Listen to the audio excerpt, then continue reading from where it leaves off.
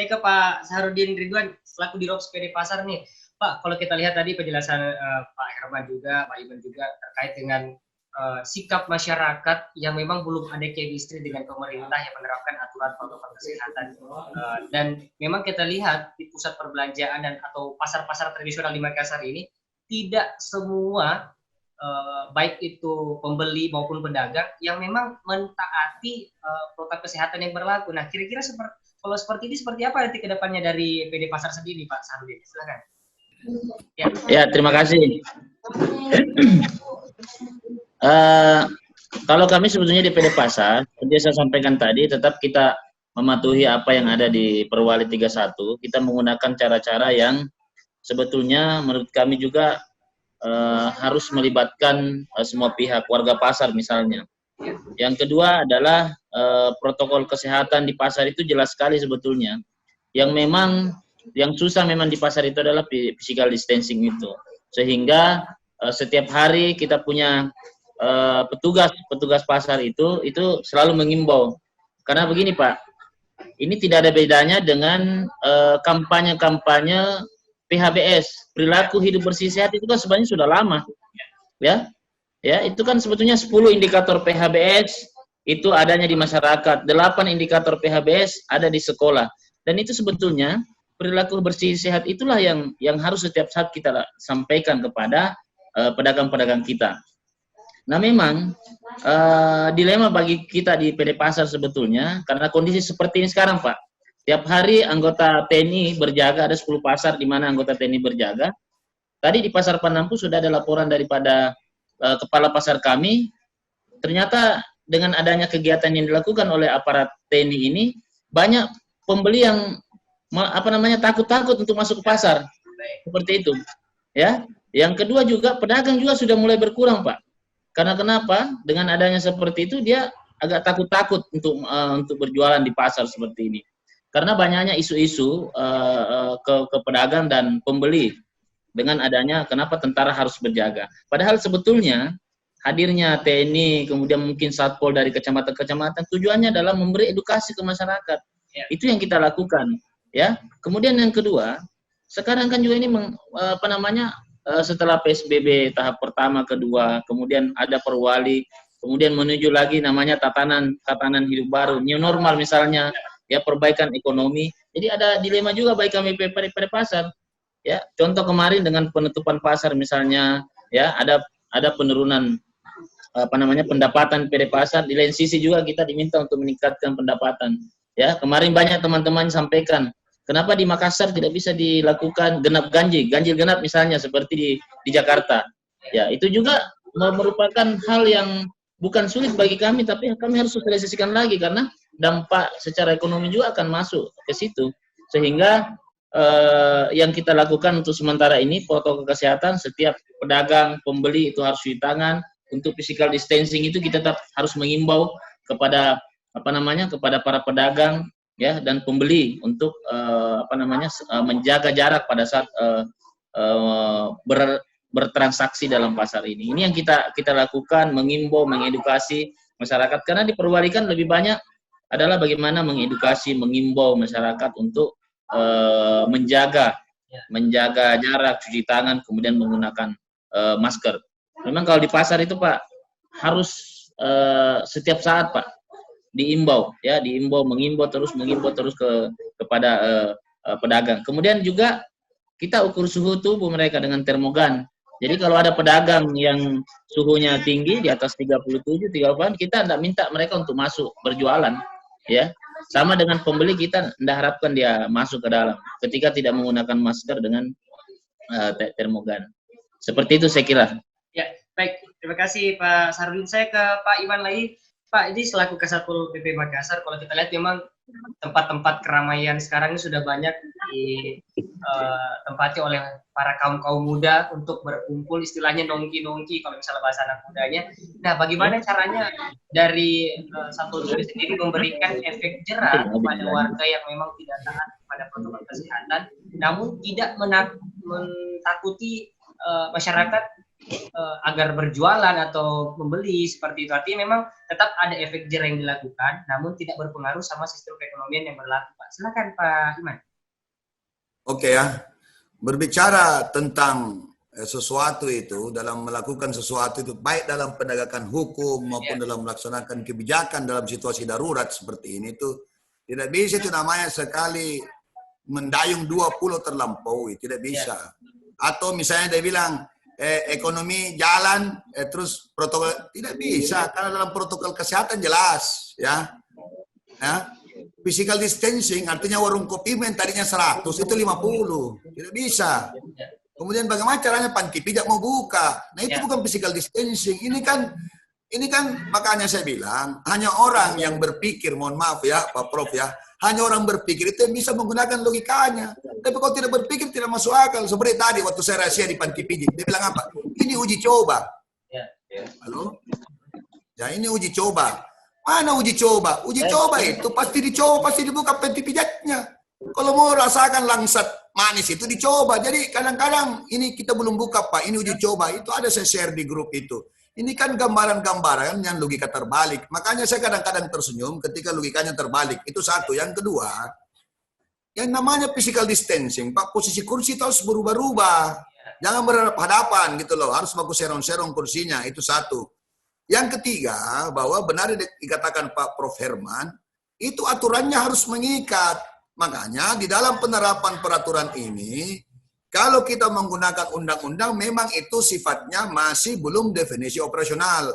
Kenapa ada peraturan daerah, ada perwali? Karena menyesuaikan dengan karakteristik masyarakat, nilai-nilai lokal. Makanya berbeda ketika perwali yang digunakan atau pergub yang digunakan di DKI itu ada dendanya 250.000. Atau misalnya di Wonosobo menggunakan yang tertangkap suruh bersihkan kuburan. Kalau di Makassar tidak seperti itu. Itulah yang dibutuhkan yang namanya kejelian, intuisi daripada stakeholder untuk mengambil jalan. Contoh yang saya lakukan. Kenapa juga tidak ada semacam cara untuk memanggil ini kelompok-kelompok kaum milenial yang banyak followersnya misalnya sebagai, saya tidak mau bilang buzzer ya, bukan. Sebagai penyambung lidah pemerintah gitu loh. Karena ini kan sayang gitu loh. Ketika dalam grup-grup WA itu, mana ada orang semangat kalau saya share bilang, soft copy-nya perwali, tidak ada mau buka. Karena stereotip yang dibangun pemerintah dari awal, itu sudah mengecewakan rakyat. Makanya pemerintah juga harus konsisten. Itu saya terima itu. Makanya kita, istilahnya, it's the last gitu loh. Kita new step gitu. Langkah berikutnya, kita kembali bersama-sama membangun konsep yang sama bahwa tujuan kita jelas. Bagaimana memutus mata rantai. Cuman caranya yang berbeda. Pendekatan-pendekatan yang saya lakukan juga saya tidak mau melakukan berdasarkan serampangan. Ada aturan main. Cuman kan di dalam pemberitaan itu kadang-kadang harus ada namanya konfirmasi ulang. Karena yang saya maksud dengan penyitaan KTP itu hampir sama. Kalau sudah ketiga kalinya saya temukan tidak pakai masker individu atau masyarakat itu, maka KTP-nya saya ambil dengan catatan untuk menghadap ke kantor, baru saya BAP. BAP pun itu tidak langsung saya putuskan bahwa dia harus dinonaktifkan KTP-nya.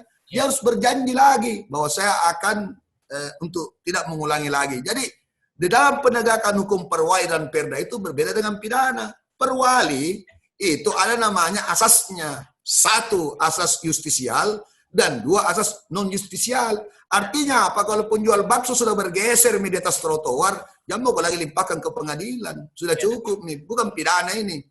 Tapi kalau sudah 4 kali media dia, baru saya panggil, saya ambil gitu anunya sendoknya atau gasnya, saya bawa ke kantor supaya dia datang. Kalau saya tegur, pergi nih kembali ke Jawa. Tidak datang di kantor. Itu saya lakukan seperti itu waktu buat. Jadi apa yang saya bisa lakukan di pasar juga demikian. Tidak bakalan itu. Namanya pasar bisa sama pendapatannya pada saat new normal sama sekarang. Tidak bisa. Warung kopi juga. Tapi apa yang bisa dilakukan dalam situasi seperti ini, lakukan saja. Ini saya sudah rahasia hampir 200 namanya warung kopi, kafe, restoran. Makanya setiap warung yang saya datangi itu ada semacam istilah saya pakai sensus tempat usaha COVID-19. Kutempel ki. Artinya supaya tidak ada alasan. Bayangkan ada 4 item yang saya harus tabulasi dari setiap tempat yang saya datangi. Misalnya, Ada cuci tangannya, posisi kursinya lagi tidak sesuai. Ada cuci tangannya, posisi kursi sudah bagus, tidak ada thermal gunnya. Nah, sekarang pertanyaannya, apakah semua syarat protokol kesehatan kau lakukan? Kalau warung kopi 5 jik mejanya atau 5 jik kursinya baru kau suruh pakai thermal gun, bagaimana caranya? Nah, lebih mahal thermal gun daripada warung kopinya. Nah, itu kan banyak faktor. Apalagi kalau yang namanya open space. Tangkis itu di Pantai Losari, berapa dia bisa ngepe? Dari mana dia bisa masuk? Atau di penjual saraba. Nah, ini harus saya datang, harus bentuk datang iya. Kupanggil ke penjualnya, baru ku atur kursina. Awas kona, kalau kau tidak.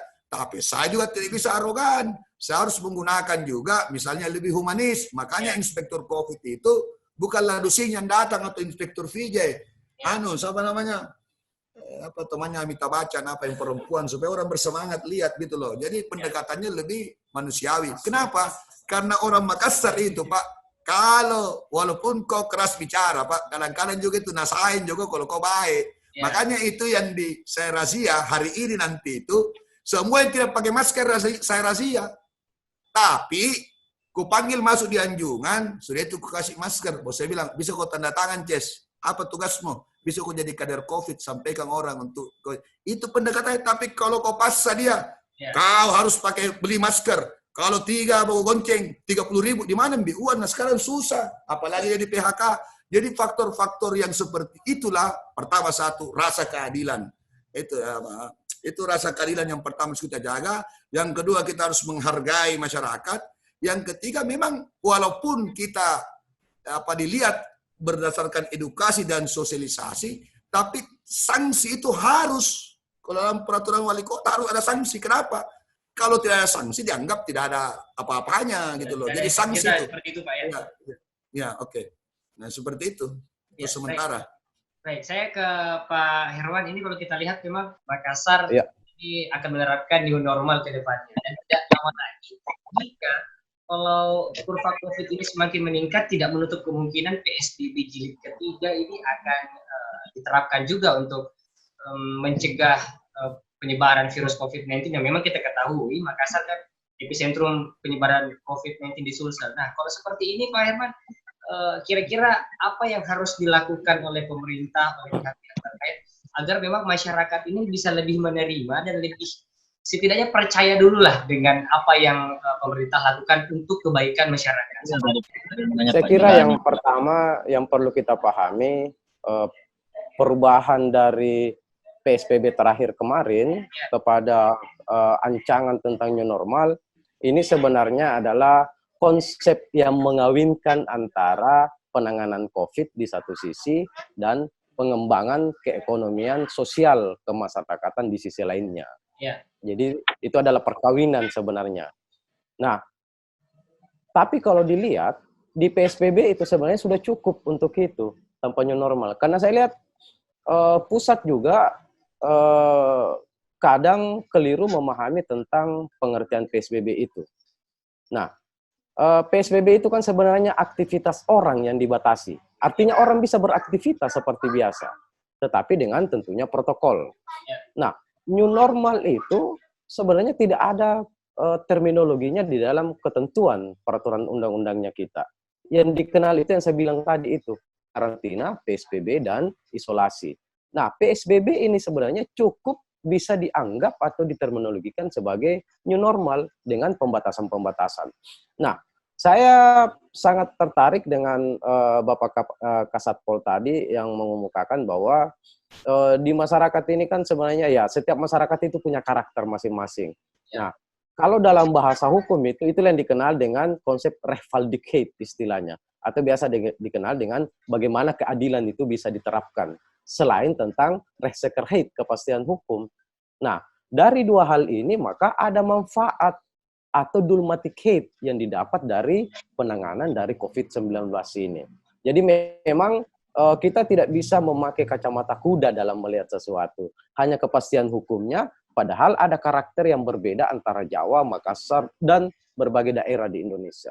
Maka ada pendekatan-pendekatan keadilan, ada pendekatan-pendekatan budaya. Misalnya orang di Makassar kalau ditegur mungkin tambah keras, mereka juga resistensinya itu akan semakin keras. Sehingga kemudian memang, makanya saya bilang dari awal bahwa dari sisi resekerheit kepastian hukum, maka petugas di lapangan seharusnya punya basis atau dasar legalitas yang memadai untuk melaksanakan tugasnya.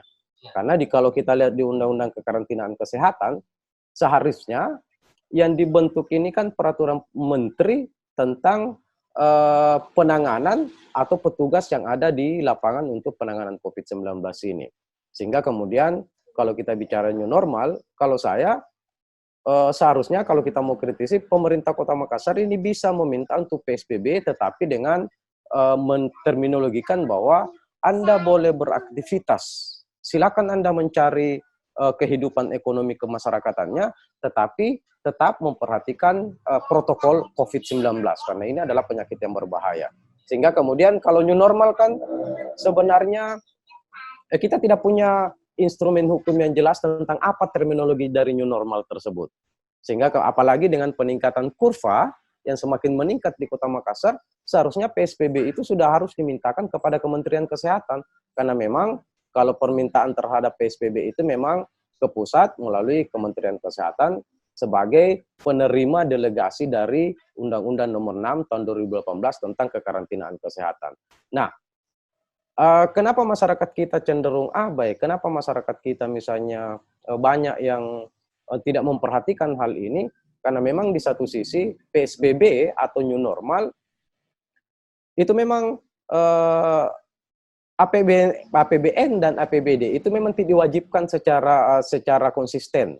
Hanya dikatakan di situ kalau kita berdasar ke Undang-Undang Kekarantinaan Kesehatan, hanya dikatakan bahwa tergantung pada kemampuan daerah untuk melaksanakan atas pembiayaan pelaksanaan PSBB atau penerapan kalau memang mau diterapkan new normal. Makanya banyak masyarakat yang beranggap kalau saya tidak keluar, kalau angkutan saya misalnya hanya 50% angkutan kota yang dibolehkan, maka ini akan semakin menurunkan. Apa yang terjadi adalah tingkat ekonomi yang semakin menurun.